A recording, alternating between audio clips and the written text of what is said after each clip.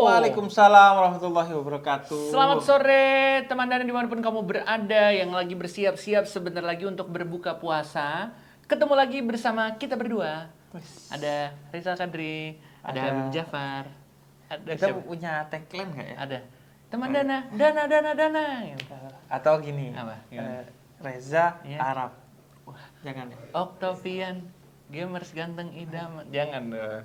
Jangan dong. Dia mah gitu. Lanjut. Makin kesini makin plesetin. Beb sehat, Beb. Sehat, alhamdulillah dong. Makin semangat, makin segar karena sambil menunggu berbuka puasa, kita ngobrol-ngobrol lagi nih, Beb. Dan harus tetap produktif. Produktif banget, apalagi mendengar penjelasan yang dikasih tahu langsung oleh Habib Jafar. Kalau misalnya di bulan Ramadan ya, kita kan tentunya harus memperbanyak hal-hal yang positif. Tentunya beribadah, tentunya kita berbuat baik sama orang-orang lain. Salah satunya mungkin adalah kita berbagi, jadi lebih dermawan, sedekah, memberi kepada orang yang kurang mampu, dan lain-lain. Tapi nih, ini pertanyaan dari lubuk hati yang terdalam. Kalau sedekah, terus instastory, pahalanya berkurang apa gimana, Beb?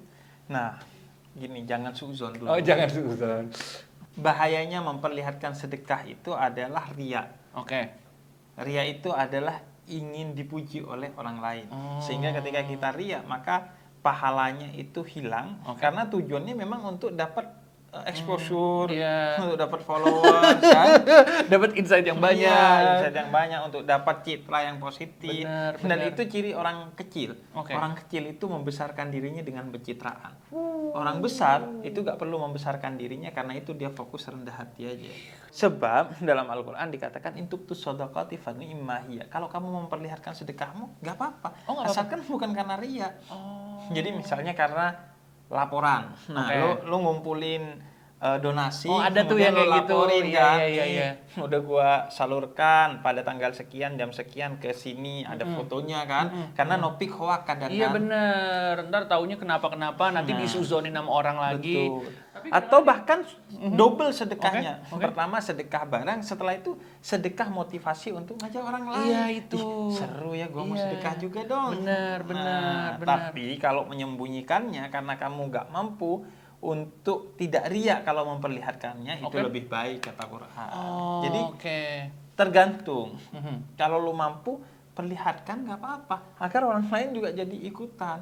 Ngajak-ngajak kok ke neraka terus, sekali ke surga kan.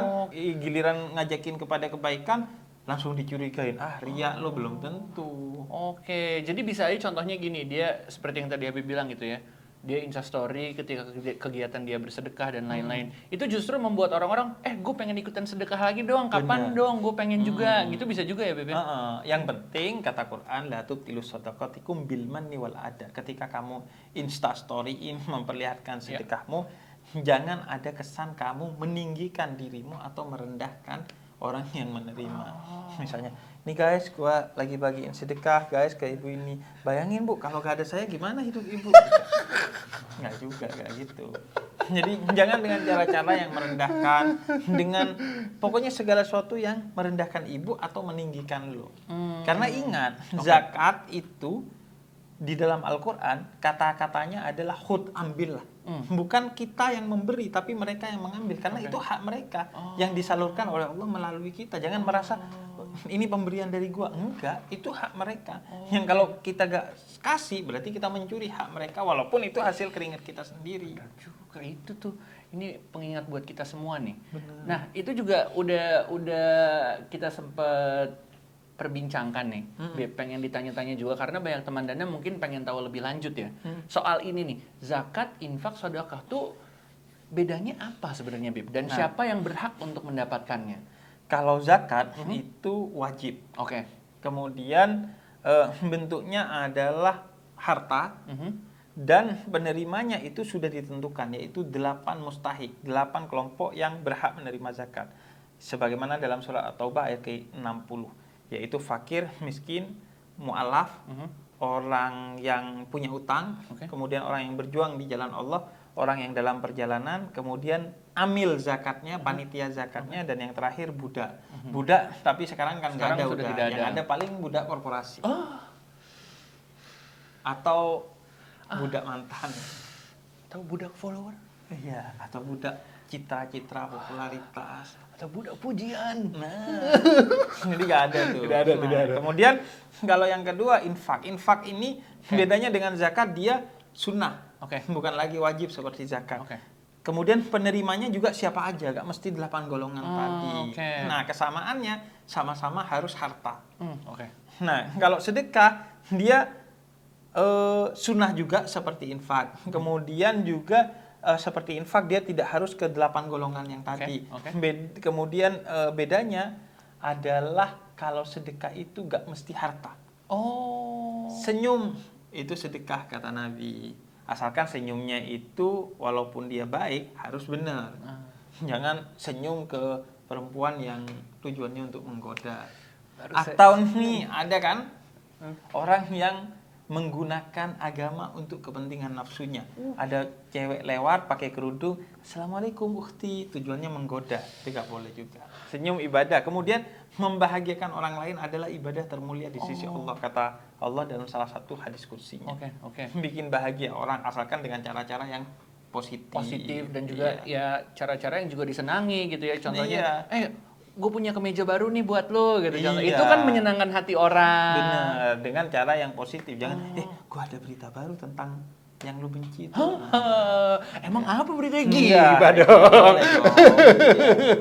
Jadi gitu, itu bedanya tuh. Oke. Harus tahu. Mudah-mudahan udah jelas tuh ya, karena penjelasannya udah secara gamblang diceritakan langsung sama Habib Jafar di sini. Dan sekarang adalah waktunya untuk kita memberikan kesempatan buat teman Dana nanya langsung ke Habib Jafar.